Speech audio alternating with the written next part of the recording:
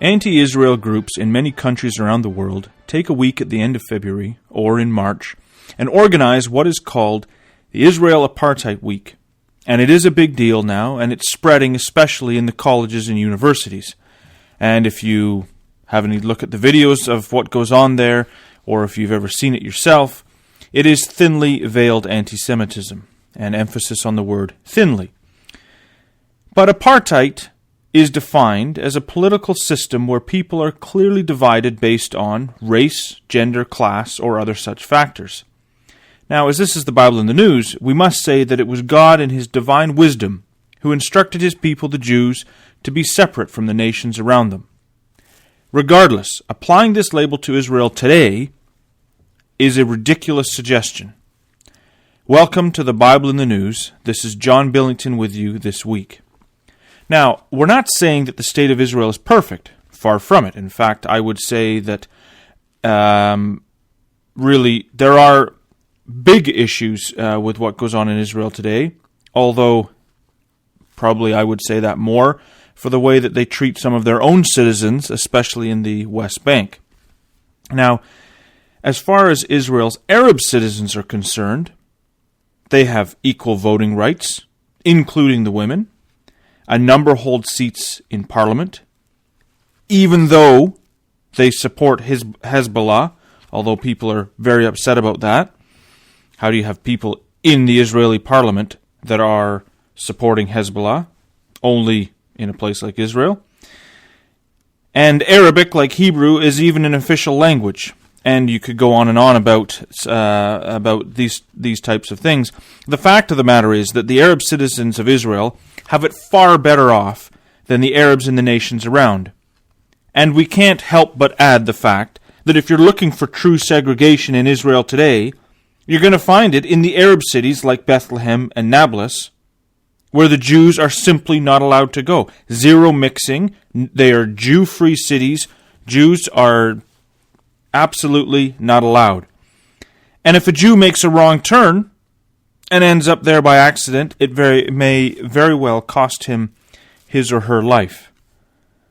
So, people don't like to talk about that. They like to talk about things that they think they can make an argument about. And not very many people, if we're honest, and we'll talk about this a little more, are actually looking for truth in the land of Israel. So what they do is to show this great apartheid, the anti-Israel mob runs to Judea and Samaria, which is commonly known as the West Bank. And they say, "Oh, look at the great wall Israel's building. Look at all these checkpoints. Look at the soldiers and the security. It's simply like living in a prison." But this was not always the way it was. And prior to the Second Intifada, things were much different. There was no wall. There was much less security, and Jews and Arabs mixed. When I went to Israel with my wife, going back some time, when you were walking along, the Jews were extremely happy to buy from the Arabs and back and forth, and things were very different. Jews could go into the Arab cities. Things were a much different scenario. Now, incredibly, surprise, surprise, after many suicide bombings and terrorist attacks in the early 2000s, Israel added security. If any other country in the world was dealing with sniper fire and had people crossing into their borders to become suicide bombers, they too would add security checkpoints and walls. It's outrageous to suggest otherwise. But during that time, it was so bad that many of the Jewish families living in Judea and Samaria would not travel with both mom and dad in the car, because if they were attacked, they did not want their children to grow up as orphans. Oh, and that, honestly, not exaggerating. This is the truth. And here's a quote to show you what it's like to live in those areas. This is from the book God, Israel, and Shiloh, written by David Rubin. And he says, "Just taking a brief walk in my neighborhood in Shiloh," and Shiloh is north of Jerusalem, just off the main highway. I think Route 60. But he says, just taking a brief walk in my neighborhood in Shiloh, we come to the house of the Yerushalmi family, whose 17-year-old son Shmuel was killed in a bus bombing. Several houses farther down the block lived Shmuel's friend, 17-year-old Avi Sutton, murdered by terrorists who killed Avi and several other classmates who had been playing on or near their high school basketball court. On the same street is the Kelser family, immigrants from the United States, whose 19-year-old granddaughter, Gila Sarah, was also killed in a bus bombing. Just around the corner is the Shoham family, whose 5-month-old baby, Yehudi, was killed by a rock thrown at his head as he and his parents were driving back from a visit to his grandparents' house. He was resting comfortably in his infant seat when the car was ambushed and the poor baby's fragile skull was smashed. The doctors tried valiantly to revive him, but he died of his wounds after a several-day vigil in the hospital intensive care unit. Walk down the hill from the murdered baby's home, and you come to the Apter family, whose son Noam was in the kitchen in his yeshiva, which is a religious seminary, which combines military service with religious studies. And he and 3 other fellow students were preparing for the Sabbath meal for all the other boys who were sitting in the adjacent dining hall. Suddenly, 2 terrorists from the Islamic Jihad terror organization burst into the kitchen, shooting and wounding Noam and the others. Before Noam fell dead on the floor, he reached out and locked the door to the dining hall and threw away the key, thereby saving the lives of close to 100 boys in the dining hall. These are only a few examples of the many children of Shiloh who have been killed or wounded by the fanatical Islamic terrorism that we are all facing. I find those words sad and shocking, and living in Canada I just feel so far removed. But I think you can see the character of the people that are being developed there is going to be incredible. But I think the words of Psalm 120 are very appropriate. Verse 6 and 7, My soul hath long dwelt with him that hateth peace. I am for peace, but when I speak, they are for war. And the truth is, you can't make peace with this type of person or people. And when this type of thing is going on, how on earth is there going to be peace that comes out of it? However, the incredible thing is that in the world's eyes, the terrorism is somehow justified, as they say the Jews unjustly took the land from the Arabs in 1967. But in reference to the 1967 war, I think the following from the Jewish Virtual Library makes it very clear. Prime Minister Levi Eshkol sent a message to King Hussein saying Israel would not attack Jordan unless he initiated hostilities.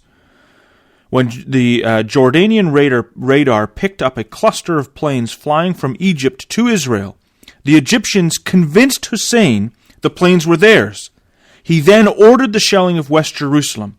It turned out the planes were Israel's, and were returning from destroying the Egyptian Air Force on the ground.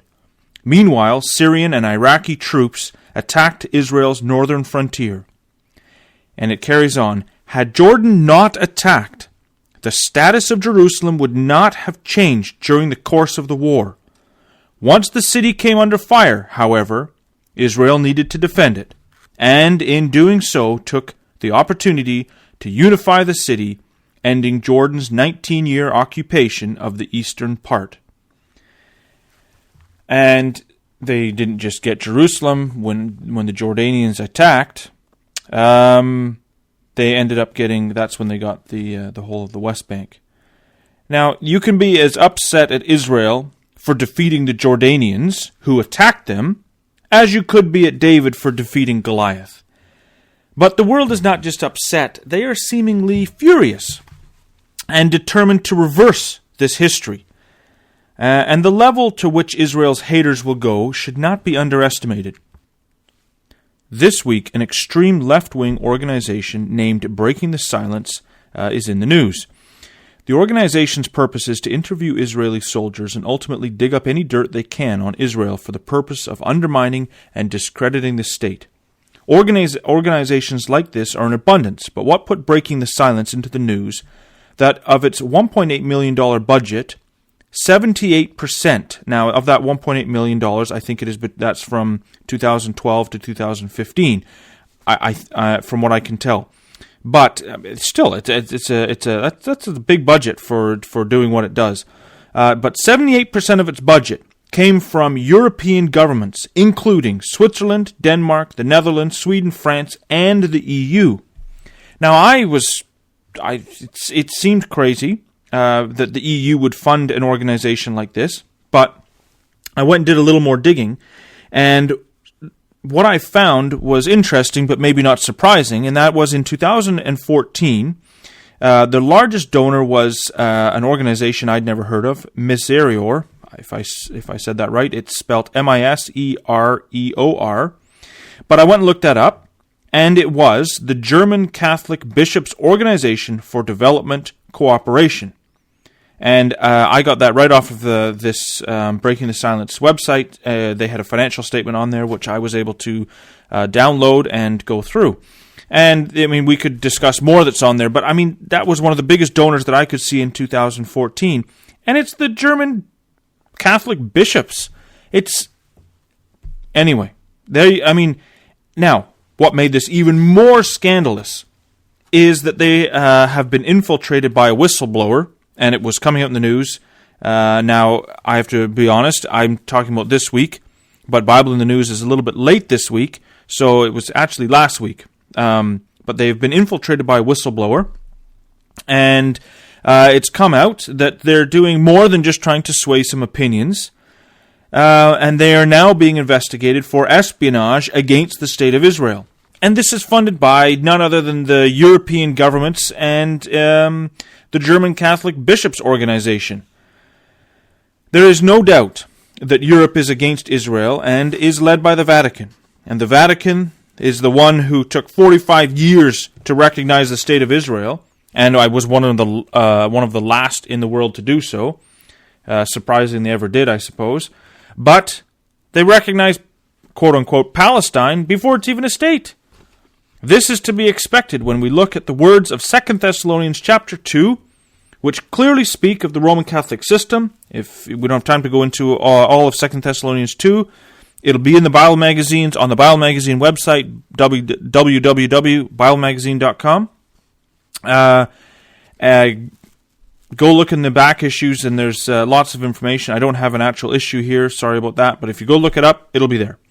2 Thessalonians 2 clearly speaks of the Roman Catholic system, which has grown from a corruption of the true gospel message, and the seeds of this corruption go all the way back to the time of Paul himself, as he says in verse 7, "For the mystery of iniquity doth already work." All of this happened, Paul says, because they received not the love of the truth, verse 10. And when we look at how this system handles the Bible, they've done everything from burning them to distorting the message. We should not be surprised by how it treats and views God's people and distorts the truth about them. Again, we could say much, much more about this. But unfortunately, it's not just the Vatican, although I believe she leads the charge. The majority of the world is now against Israel. And all you have to do is go to the UN and look at the votes that they take against Israel, which is about all they seem to be able to do. And even in America, where they will often stand up for Israel, under the leadership of Obama, the U.S. has been highly critical of Israel and building of settlements. But, which to me is another outrageous thing. I mean, you're against the building of settlements. I mean, what do you want them to do? I mean, people are still talking about a two-state solution like it's actually something that is viable or would have bring any level of peace to the region. It would be, even take the Bible, take everything that God is doing in that land, put that to one side, even on a completely natural level, a two-state solution. Go have a look at the Gaza Strip and see how well it works. But people, they don't care.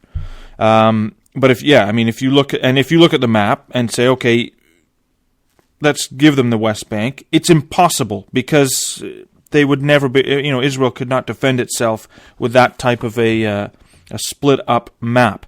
But as I say, few care, and about as many cared about Israel when they struck the Iranian nuclear deal. However, back here in Canada, it's not far from pro-Israel like it was, less than a year ago. There's been a change of government, and the Liberal Party was voted in. And under the previous Conservative government with Stephen Harper as Prime Minister, it was considered one of the most pro-Israeli governments in modern times. And they stood up for Israel on the international stage, and especially at the UN, to an unprecedented level. But knowing that Israel has so few friends, it is sad to watch the new government back away from a pro-Israel position. And the truth is, now and again you get a leader that will stand up and say the right thing for a time, but long term it doesn't last.